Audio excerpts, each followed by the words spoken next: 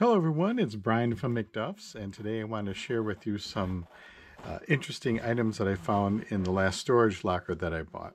And this has to do with cruise ships, and these people were quite wealthy, and the stuff that they had in their locker was actually pretty nice. They had a lot of really good finds in there, and it looks like they went on some European cruises, and they went first class all the way, that's for sure. This is something that you would receive when you would go on the boat. Now, I haven't been on a cruise in a long time.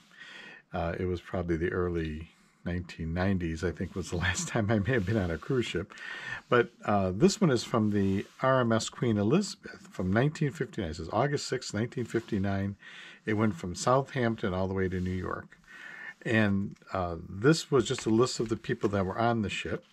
And I know the owners, or the passengers, were their last name was Sills, and I found their name in here.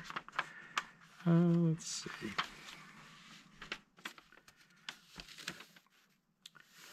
Oh, and it was interesting that they put the husband's name was the one that was listed on there. Like it said Mrs., it didn't say Mrs. Sills. It had Mrs. and her husband's name, Charles Sills. So, well, anyway, I'm looking for, here it is right here.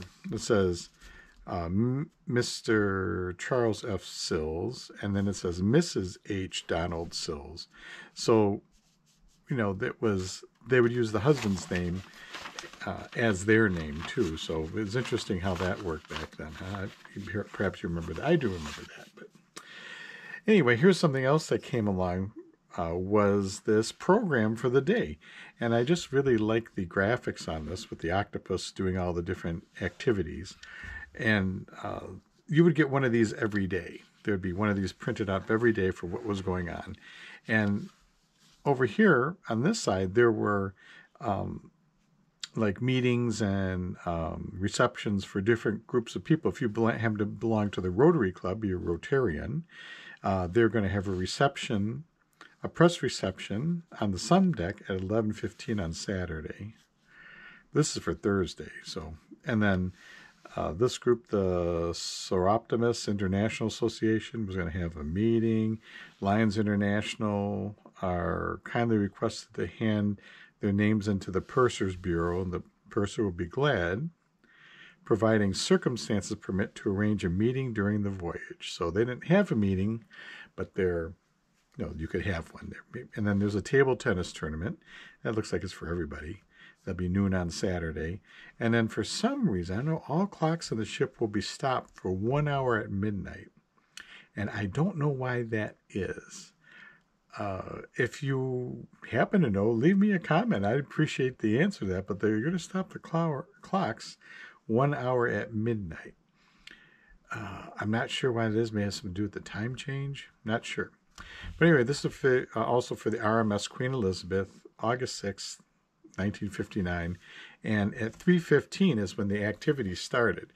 And I'm not sure, maybe it's because if you had a kind of a rough night or you did a little too much drinking the night before, you maybe wouldn't want to get started doing anything until 3:15. But they're going to have a boat drill on the promenade deck, and the passengers are requested to attend wearing life belts. That way they can show you where the safety equipment is, the lifeboats, all that kind of thing. At 3:45, there's going to be some music for tea time. There'll be tea time that day by the Marcel Torrent and the Palm Court Orchestra. And at 4:30, you can jump in and listen to organ classics. Ray Baines at the organ. That's going to be in the main lounge too at 4:30. They're going to have a film at 4:30. This is a Peter Sellers film. I'm not sure what about it. I've not seen it. It's called The Mouse That Roared. It's Peter Sellers and Gene Seberg. And the cartoon before it, they'd often show cartoons before the main movie, especially if it was a shorter movie. It's called Magoo's Lodge Brother. And Mr. Magoo was a cartoon character that would often lose his glasses. He couldn't see very well, and then he'd get in all sorts of weird situations because he couldn't see very well. And the character was voiced by the guy who played Mr. Howell on Gilligan's Island. So I thought that was interesting that he was the voice of that. At 6 o'clock, you can come and listen or watch. I don't know what it was in '59. I'm not sure. It just says BBC News broadcast. I'm not sure if it's radio, probably radio at the time. And there's also going to be a cocktail hour at 6 o'clock. So I think between the news broadcast and the cocktail hour, I bet more people are going to be over here at the cocktail hour, or maybe they'll go to cocktail and take it over to the news broadcast. And then at 9 o'clock, they'll have another news broadcast. And 15 minutes later, the orchestra is going to play in the main lounge. And they're going to show the same films again at 9:30. And then this one I thought was interesting. Horse racing is going to be at 9:45. And I know they're not having real horses there, but it's probably some kind of like a mechanical game or something where you can, I don't know if you bet on them, but anyway, there's horse racing going on, some kind of a horse racing game. And at 10:30, there'll be a dance. And then the orchestra will be playing there in the ballroom. So that's what you'd be given every day, and it was full of all sorts of activities. And, you know, if you're watching this and you've been on a cruise recently, there's a lot more to do and a lot more exciting things to do as well on a cruise ship than was happening back then. People weren't necessarily going on cruise ships for thrills and all that. It was a means to get somewhere, but they would have interesting things to do, hopefully, while you're on your cruise. The people that were going this cruise were going to Europe, and then they were going to take different excursions to different cities while they're in Europe, and then take the boat home again. And this is also from the Cunard line, which was the Queen Elizabeth. And there's another list of passengers. And these are the first class passengers because, you know, we don't want to associate with the other passengers.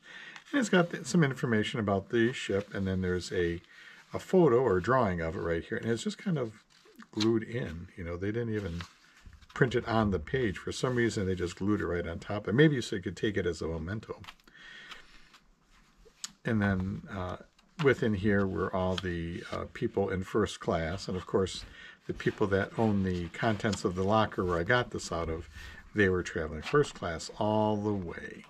So, anyway, I hope you enjoy that. If you like learning about these kinds of things, or you'd like me to do another video in a similar fashion showing you some interesting finds from these lockers, just let me know. I have tons of material to go through that I'd be happy to share with you.